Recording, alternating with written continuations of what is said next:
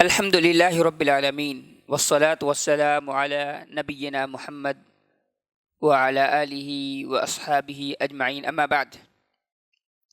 عن ابی مسعود الانصاری رضی اللہ عنہ ان رسول اللہ صلی اللہ علیہ وسلم نہا عن ثمن الکلب ومہر البغی وحلوان الکاہن متفق علیہ۔ محترم حاضرین، بلوغ المرام سے کتاب البیوع کی احادیث کی شرح کا سلسلہ چل رہا ہے، اور ہمارے سامنے اس درس میں جو حدیث ہے یہ حدیث ابی مسعود الانصاری رضی اللہ تعالیٰ عنہ کی حدیث ہے، اور اس کا تعلق باب الشروط وما نہی عنہ سے ہے، جس کی تفصیل اس سے پہلے گزر چکی ہے۔ تو اس حدیث میں اللہ کے نبی صلی اللہ علیہ وسلم نے کچھ خاص چیزوں کو خرید و فروخت اور لین دین سے منع کیا ہے۔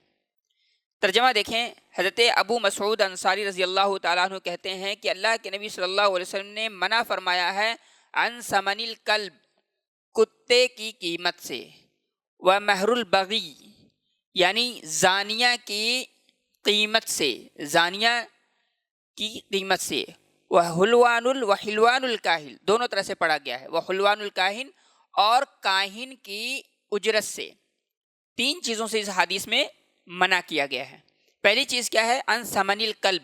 یعنی کتے کی قیمت سے منع کیا گیا ہے۔ یعنی یہ حدیث یہ بتاتی ہے کہ کتے کی تجارت، کتے کا کاروبار یہ حرام اور ناجائز ہے، نہ ہی اس کو خریدا جا سکتا ہے اور نہ ہی اس کو بیچا جا سکتا ہے۔ تو دونوں صورتوں میں اس حرام ہے، چاہے وہ کتا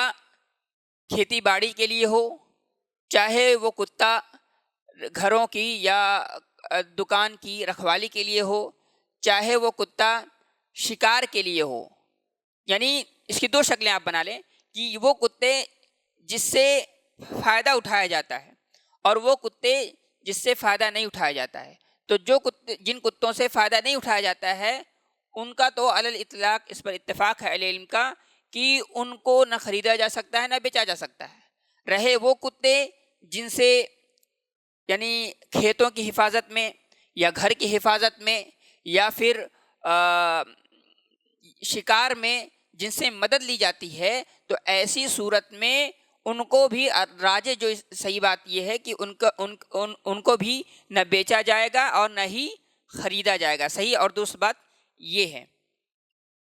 اور اسی طریقے سے وہ کتے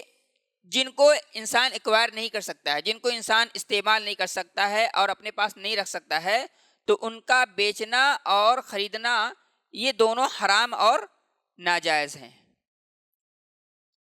اسی طریقے سے ایک اور روایت میں اللہ کے نبی صلی اللہ علیہ وسلم کہتے ہیں کہ اذا جاء یطلب ثمن الکلب فاملأ کفیہ ترابا، کہ اگر کوئی شخص تمہارے پاس آئے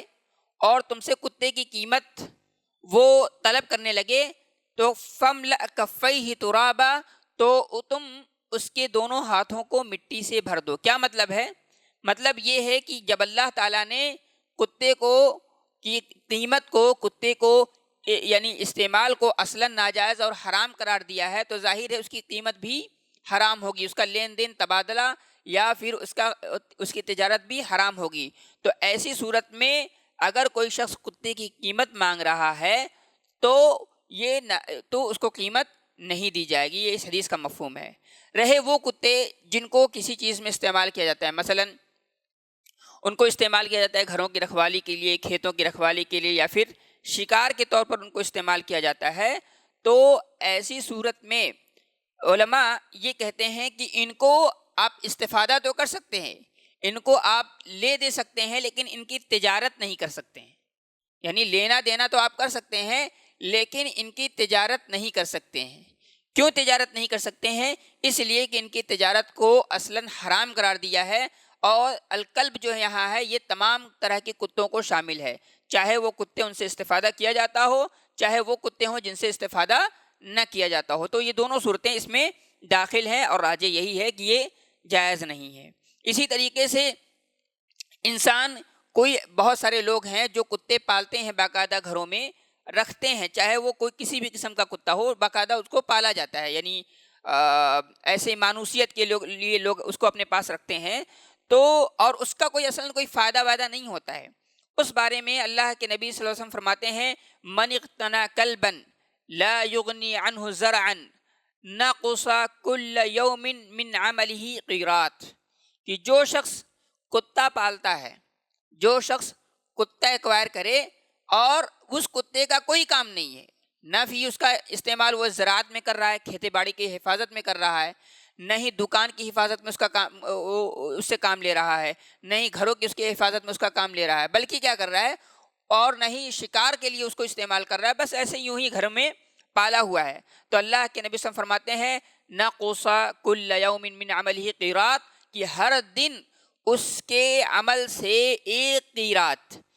قیرات کم ہو جائے گا، یعنی انسان جو نیکی کرتا ہے اس کی نیکیاں ہر روز ایک قیرات کے برابر اس سے لے لی جائیں گی۔ یہ ایک قیرات کتنا ہوتا ہے؟ یہ احد پہاڑ کے برابر ایک قیرات، اتنا زیادہ نیکی انسان ہر دن اس کے عمل سے کم ہوتا جائے گا۔ تو یہ کتے کے بارے میں یہ میں نے بہت اختصار کے ساتھ جو ہے احکام کو آپ کے سامنے بیان کیا ہے۔ اب دوسرا نقطہ ہے وہ مہر البغی، بغی کہتے ہیں زنا، اور بغی کہتے ہیں ان عورتوں کو جو زنا کرتی ہیں، یعنی جو باقاعدہ دھندا کرتی ہیں اور سماج اور معاشرے کی بگاڑ کا سبب بنتی ہیں، وہ عورتیں جو باقاعدہ زنا کرتی ہیں تو ان کی کمائی کو بھی شریعت نے حرام اور ناجائز قرار دیا ہے۔ کوئی بھی عورت ہو اگر وہ زنا کرتی ہے اور زنا کرنے کی وہ اجرت لیتی ہے تو ایک تو زنا کرنا بھی حرام ہے، تو جس چیز کو اللہ رب العالمین نے حرام قرار دیا ہے تو اس کی اجرت کو بھی اللہ تعالیٰ نے حرام قرار دیا۔ ایسا نہیں ہے کہ زنا کرنا حرام ہے تو اس کی جو قیمت ہوئی تو اس کی قیمت لے سکتے ہیں، نہیں، جو قاعدہ کیا ہے، قاعدہ اس سے پہلے ذکر کیا گیا تھا، ہر وہ چیز جس کو اللہ تعالیٰ نے حرام قرار دیا تو اس کی قیمت کو بھی حرام قرار دیا ہے۔ تو یہاں پر کتا بھی جیسے اصلاً حرام تھا تو لہٰذا اس کی قیمت بھی حرام کر دی گئی۔ تو جو وہ یعنی اب جو کتے بطور یعنی جن کو استعمال کرنا بطور حاجہ جائز قرار دیا گیا تھا، تو بطور حاجت کا کوئی وہ تو اس کا حکم مستثنیٰ ہے، لیکن یہاں پر اصل قاعدہ کام کر رہا ہے کہ جس چیز کو اللہ تعالیٰ نے حرام قرار دیا ہے تو اس کی قیمت بھی ناجائز اور حرام ہوگی، اس کو لین دین خرید و فروخت نہیں کر سکتے، تو یہ مہر البغی اس میں آ گیا۔ تیسری چیز اللہ کے نبی صلی اللہ علیہ وسلم نے کہا وحلوان وحلوان الکاہن، یعنی کاہن کی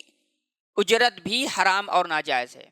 اس لیے کہ کاہن جو ہوتا ہے، کاہن کس کو کہتے ہیں؟ الکاہن هو الذی یخبر عما یحصل فی المستقبل، کاہن وہ ہوتا ہے جو مستقبل کے بارے میں، مستقبل کے امور کے متعلق وہ خبر دیتا ہے کہ بعد میں کیا کیا چیزیں ہوں گی، تو ظاہر ہے اور وہ شخص اس پر اجرت لیتا ہے تو اولاً تو کہانت حرام ہے اسلام میں، یہ کفر ہے، اور اگر کوئی شخص کاہن ہے اور کہانت کر رہا ہے تو اس کا حکم یہ ہے کہ اس کو قتل کر دیا جائے، جیسے کہ اب عمر رضی اللہ تعالیٰ عنہ وغیرہ سے یہ بات ثابت ہے۔ لیکن اگر اس پر وہ اجرت لے رہا ہے تو اجرت بھی ناجائز اور حرام ہوگی، اس لیے کہ اللہ تعالیٰ نے کس کو حرام قرار دیا ہے؟ کہانت کو حرام قرار دیا ہے، تو اس کی اجرت بھی حرام ہوگی۔ وجہ کیا ہے؟ وجہ یہ کہ انسان بغیر کسی کام کے،